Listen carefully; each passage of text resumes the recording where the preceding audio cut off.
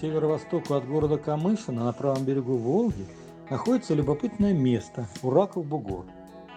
Со стороны Волги этот высокий мыс можно увидеть километров за 60. У подножия этой горы с северной стороны есть пещера. До недавнего времени вход в одну из них был свободен. Ваш покорный слуга был в двух залах 5-метровой ширины и 1,5–2,5 метра высоты. Запомнились сумрак, прохлада и то, как я застрял, проползая из зала в зал в узкой щели. Вернуться на поверхность мне помогли самообладание и способность ползти, выдохнув весь воздух из легких сквозь эту щель. В округе есть еще несколько выходов нор таких из системы, доказывающих то, что подземные ходы, лабиринты здесь повсюду. Но о них работники Щербаковского природного парка во избежание несчастных случаев особо не рассказывают. Ну и правильно. Добрый день. Моя сегодняшняя экскурсия к историческому природному объекту на территории Волгоградской области, именуемому Ураков бугор. Место легендарное, связанное со Степаном Разиным. Сейчас я спущусь к Волге. Обрыв, подмытый водой, берег рушится. Рыбы большие. Я попробую пройтись понад берегом.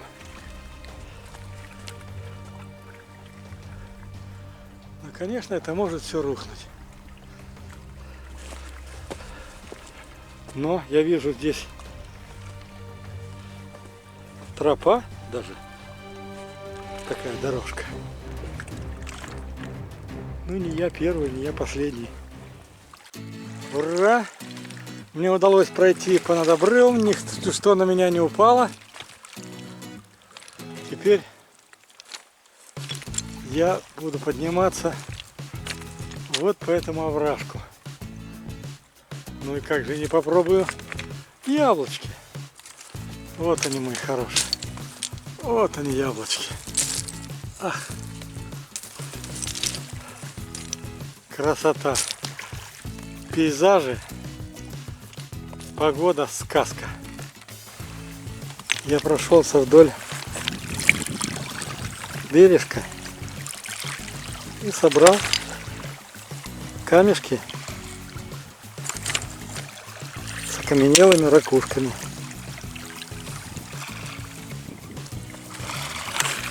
Так что у меня в моей коллекции будет пополнение. Да, давненько я здесь не был. Здесь реконструировано жилище древнего человека. Порядка 10 тысяч лет назад здесь, ну как утверждают археологи, селились люди. А он впереди стоят два богатыря. Я сейчас к ним подойду. Вот они, богатыри. Их раньше не было.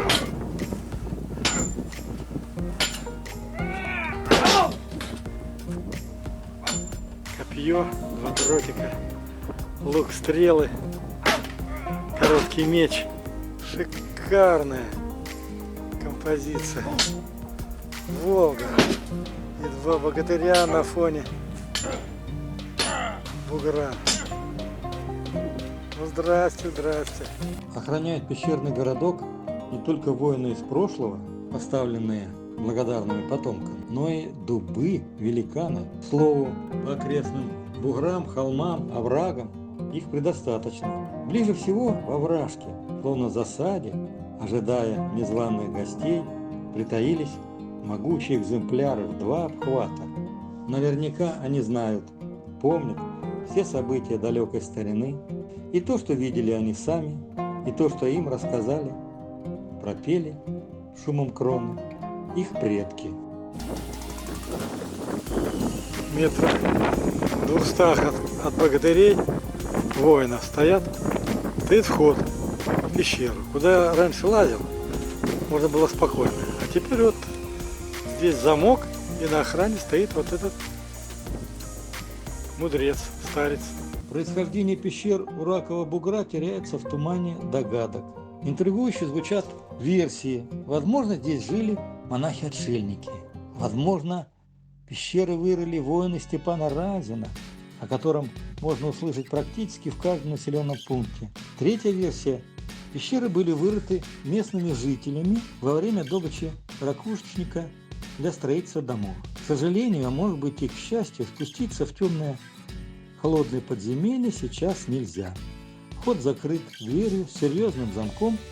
Само название Ураков бугор также не имеет конкретного стопроцентного объяснения, как и происхождение пещер.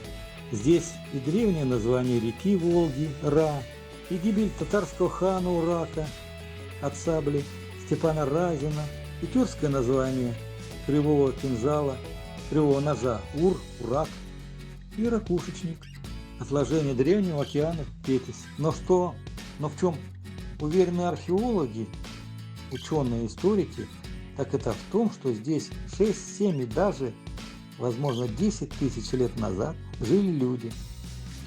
Что привлекало наших предков селиться здесь?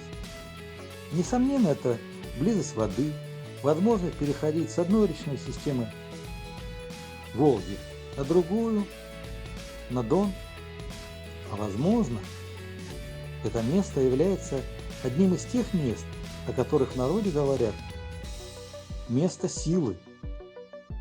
Не зря ведь и по сей день на вершине Уракова бугра можно встретить изображения славянских богов, следы кострища, славянские традиции, славянские праздники выходят, соблюдаются и по сей день. Может быть, когда-нибудь удастся встретить мудреца, славянина, жреца или попасть на славянский праздник. Ну, время покажет. А это воин. Несомненно, Степан Разин. На макушке Уракова бугра вроде бы Степан. Но так восточные скулы.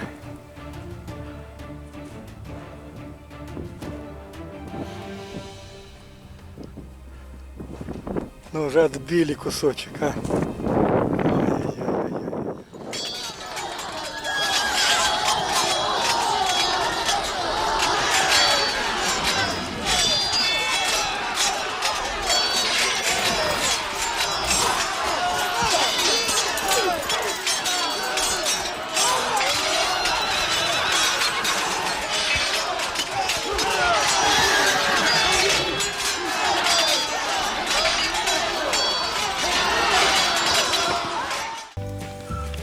Ну и завершает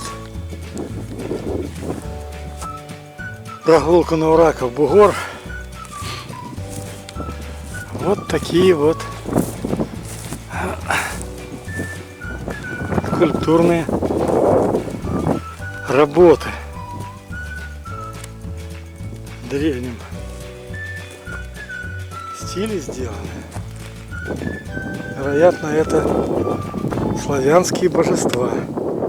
На обратном пути, когда до трассы с попуткой оставалось километров 6-7, я сделал несколько прощальных снимков